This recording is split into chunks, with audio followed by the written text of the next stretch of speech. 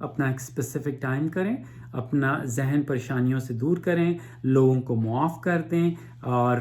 ہم حدیث بھی ہے کہ آپ سونے سے پہلے جن جن لوگوں نے آپ کے ساتھ زیادتی کی ہے، آپ کو تکلیف دی ہے، آپ ان کو معاف کر دیں، آیت الکرسی پڑھیں، اللہ کا ذکر کریں، قل هو اللہ پڑھیں، اور اس کے بعد آپ سونے کی کوشش کریں. اور اگر کوئی زیادہ آپ کو پرابلمز ہیں ایز اے مسلم تو آپ اعوذ باللہ من الشیطان الرجیم یعنی شیطان کے وسوسوں سے پناہ مانگیں، اور موسٹ امپورٹنٹلی استغفار کریں، استغفر اللہ، تو اس سے بھی آپ کو ذہنی سکون ملے گا. اگر ذہنی پریشانیاں ہیں تو وہ دور ہو جائیں گی، اور یہ بلیف رکھیں کہ میری ذہنی پریشانی کو اللہ تعالیٰ دور فرمائے گا انشاءاللہ. ہائپر سومنک ڈس آرڈرز جن میں بہت زیادہ نیند آئے، پیشنٹ جو ہیں وہ دن کو بہت زیادہ سوئیں، اور جو 1 مہینے سے زیادہ یہ سمٹم پرسسٹ کرے تو انہیں ہم کہتے ہیں کہ یہ زیادہ سامنولینس یا زیادہ سلیپ ہے. اس میں میڈیکل کنڈیشنز ہیں، مینٹل ڈس آرڈرز ہیں، بعض میڈیکیشنز ہیں، ان کے افیکٹ کی وجہ سے آپ کو نیند زیادہ آئے گی. پور سلیپ ہائیجین، اگر آپ ساری رات جاگتے رہیں گے تو دن کو سونا پڑے گا، یا انسفیشینٹ سلیپ ہے آپ کا، ملٹیپل شفٹس آپ کام کے کر رہے ہیں اور آپ کو جو ہے وہ پراپر ایٹ اے اسٹریچ 6 سے 8 گھنٹے کی سلیپ جو ہے آئیڈیلی 8 گھنٹے یا ٹین ایجرز کو اپ ٹو 10 آورس کی سلیپ چاہیے ہوتی ہے، تو وہ آپ کو سلیپ نہیں ملے گی تو آپ زیادہ دن کو سستی کا شکار رہیں گے. نارکولیپسی ایک اور کنڈیشن ہے جس کے اندر بہت زیادہ سلیپ یا نیند آتی ہے. تو جو ہائپر سومنولینٹ یا زیادہ سے زیادہ نیند آئے تو ان میں C N S stimulants like amphetamine group of medications آپ کا ڈاکٹر پرسکرائب کر سکتا ہے. اینٹی ڈپریسنٹ جن لوگوں کو ڈپریشن کا شکار ہوں وہ لے سکتے ہیں. ایک اور ڈس آرڈر ہے جسے کہتے ہیں نارکولیپسی، جس میں وہ جاگتے ہوئے دن کے وقت باتیں کرتے کرتے اچانک سو جاتے ہیں، اور اس میں یہی وجہ ہے کہ وہ ان کو رات کو ان کی نیند جو ہے وہ پوری نہیں ہوتی، جس کی وجہ سے وہ دن کو ہائپر سومنولینٹ یا بہت زیادہ نیند کا یا سستی کا شکار رہتے ہیں. ایک اور ڈس آرڈر اس کے اندر کیٹاپلیکسی ہے، اور اس میں یہ ہوتا ہے کہ سڈن لاس آف کی باڈی ٹون جو ہے وہ بالکل آپ کی جسم جو ہے وہ جان چھوڑ دیتا ہے اور آپ فوراً کلیپس ہو جاتے ہیں. اس کے علاوہ آپ کو ہلوسینیشنز بھی دکھائی دیتے ہیں. ہپنوگوگک، جب آپ سو رہے ہیں تو آپ کو عجیب سی چیزیں دکھائی دے سکتی ہیں، یا ہپنوپومپک ہلوسینیشن، جب آپ جاگ گئے ہیں تو فوراً آپ کو چیزیں نظر آ سکتی ہیں. سلیپ پیرالسس، آپ جو ہے سلیپ پیرالسس بیفور اویکننگ، یعنی جاگنے سے پہلے آپ کا جسم پیرالائز ہو جائے، آپ کوشش بھی کریں تو آپ کو ڈیفیکلٹی ہو کہ آپ موو نہیں کریں، جس سے آپ کا جسم جو ہے ایک قسم کا فالج زدہ یا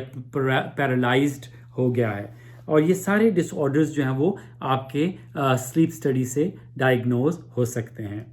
اور ٹریٹمنٹس جو ہیں اسٹیمولنٹ ڈرگز لائک ایمفیٹامینز، جس طرح میں نے پہلے کہا، SSRIs فار کیٹاپلیکسی یعنی جو سلیپ پیرالسس ہے اس کے اندر اینٹی ڈپریسنٹس جو ہے وہ دی جاتی ہیں، اور یہ آپ کے ڈاکٹرز جو ہے پرسکرائب کر سکتے ہیں تشخیص کے بعد. اس لیے referral to a sleep specialist بہت امپورٹنٹ ہو جاتا ہے، جو آپ کے اوور نائٹ آپ کو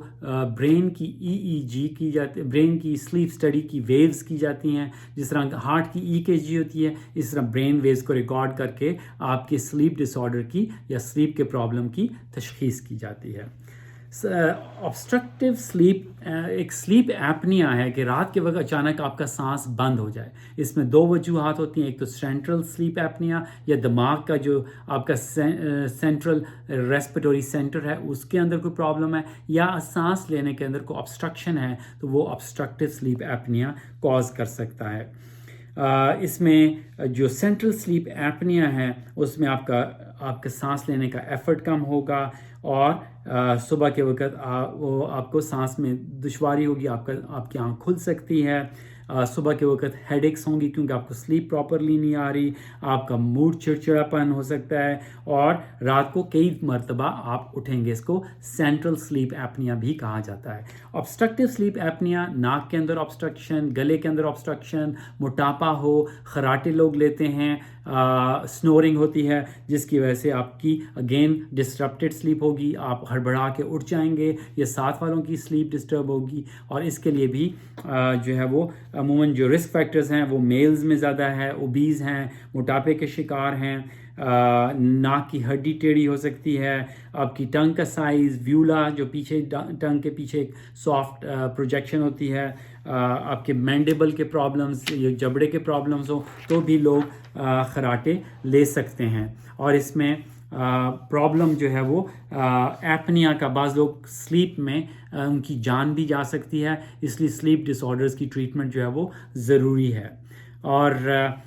بچوں کے اندر سڈن ڈیتھ ہو سکتی ہے سلیپ ایپنیا کی وجہ سے، سینٹرل اسپیشلی اولڈر ایج کے اندر لوگوں کا آپ نے سنا ہوگا کہ سلیپ میں ڈیتھ ہوگی. یہ ہو سکتی ہے، ہیڈ ایکس ہو سکتی ہیں، ڈپریشن ہوتا ہے، ان کا بلڈ پریشر میں اضافہ ہو سکتا ہے، اور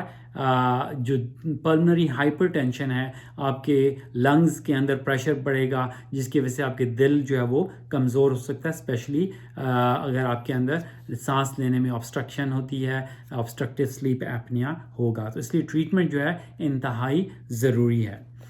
جو خراٹے لوگ لیتے ہیں اس کا یعنی سنورنگ کا علاج، یا تو آپ وہ ماؤتھ پیس لوگ رکھ لیتے ہیں تاکہ آپ ماؤتھ سے سانس لیں انسٹیڈ آف نوز، بیکاز اگر آپ کا نوز بھی بند ہے اور منہ بھی بند ہے سلیپ کے اندر تو اس کی وجہ سے آپ کی سانس بند ہو سکتا ہے. تو عموماً جو ٹیتھ کی پروٹیکشن کے لیے گارڈ یوز ہوتا ہے جو سپورٹس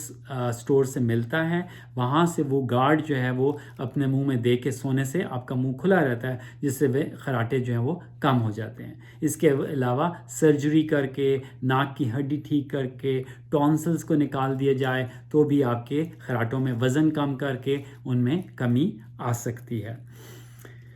اس کے علاوہ جو میڈیکل ٹریٹمنٹ ہے سرجری کے علاوہ، اس میں یہ ہے کہ آکسیجن سی پیپ جو ہے nasal continuous positive air way pressure, ventilation کی جاتی ہے. ویٹ لاس ہوتا ہے، اس سے فائدہ ہو سکتا ہے. بچوں کے اندر ناک کی ہڈی ٹھیک کرنے کی، ٹونسلز ان کے نکالنے سے، ایڈینوئڈ جو کہ گلینڈ ہیں بیک آف دا نوز پہ، ان کو نکالنے سے ان کی سلیپ جو ہے وہ امپروو کر جاتی ہے. اور جو سینٹرل سلیپ ایپنیا ہے اس کے اندر بائی پیپ یعنی مکینیکل وینٹیلیشن سے کام کیا جاتا ہے with a back up rate for severe cases, اور بیک اپ ریٹ ہوتا ہے جو کہ ان کی آکسیجن جو ہے وہ ریگولیٹ کرتا ہے اور ریسپیٹوری ریٹ کو بھی ریگولیٹ کرتا ہے.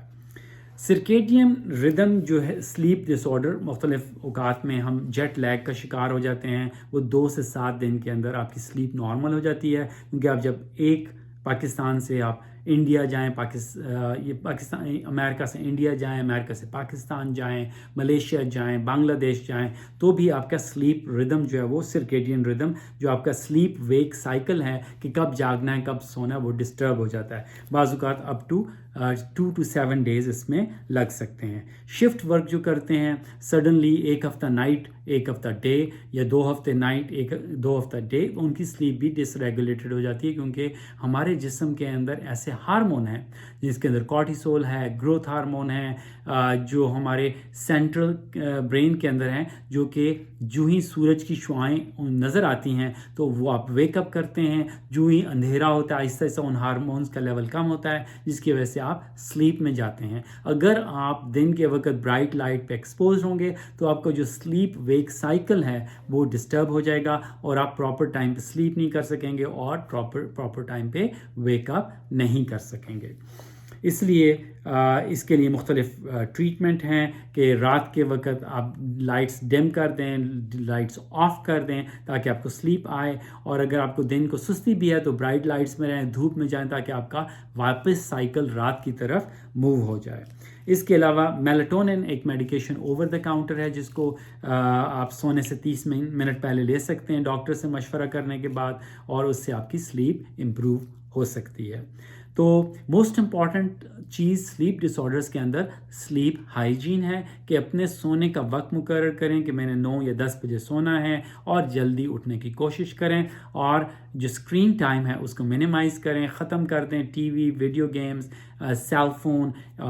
ختم کر دیں. عموماً اگر بچوں کو اندر پرابلم ہے تو ان سے آپ سیل فون لے لیں، اگر ٹی وی ہے ان کے کمرے میں تو اس کو نکال دیں، اس سے ان کی سلیپ بہتر ہو جائے گی. لیکن سیل فون اور اسکرین جو اس کی برائٹ لائٹ ہے آپ کے سلیپ ویک سائیکل کو ڈسٹرب کرے گی، جس سے آپ دیر سے سوئیں گے، پھر دیر سے اٹھیں گے، دن کے وقت سلیپی ہوں گے، آپ کی اسکول پرفارمنس کم ہوگی، اور جس سے گریڈز